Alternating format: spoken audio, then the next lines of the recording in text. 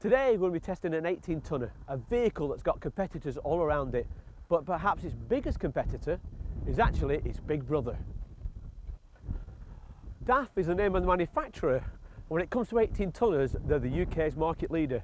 But interestingly, they have two completely different ranges at this weight sector, the 65 and the vehicle we're going to be testing today, the 55. So the balance in sales is definitely in favour of the 55 series.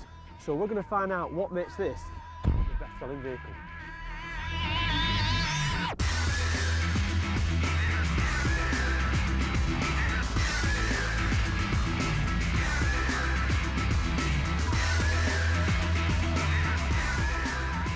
First of all, one of the things you notice, or I expected really, was the fact it would be the same as a 7.5 tonner.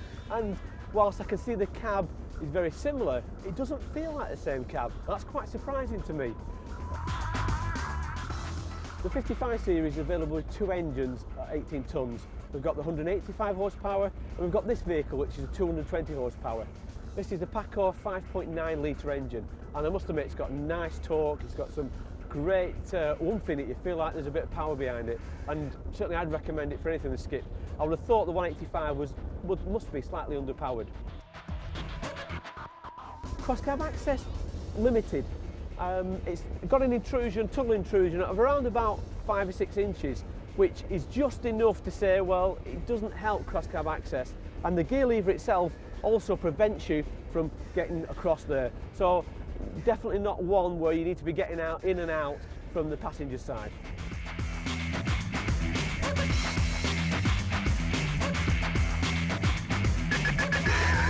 The style of the 55 series is very similar to the whole LF range and has good clean and uncluttered looks.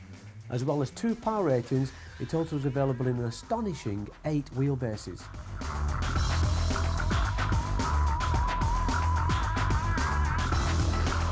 Next thing you want in a skip is good visibility. Let's not forget, we're in crowded areas normally, you're picking up skips from all over the place, you really need to see what's going on. So we've got great vision, nice deep front windscreen, and more importantly at the back we've obviously got a nice window at the back there with great visibility, rearward visibility. So again, perfect for what you want.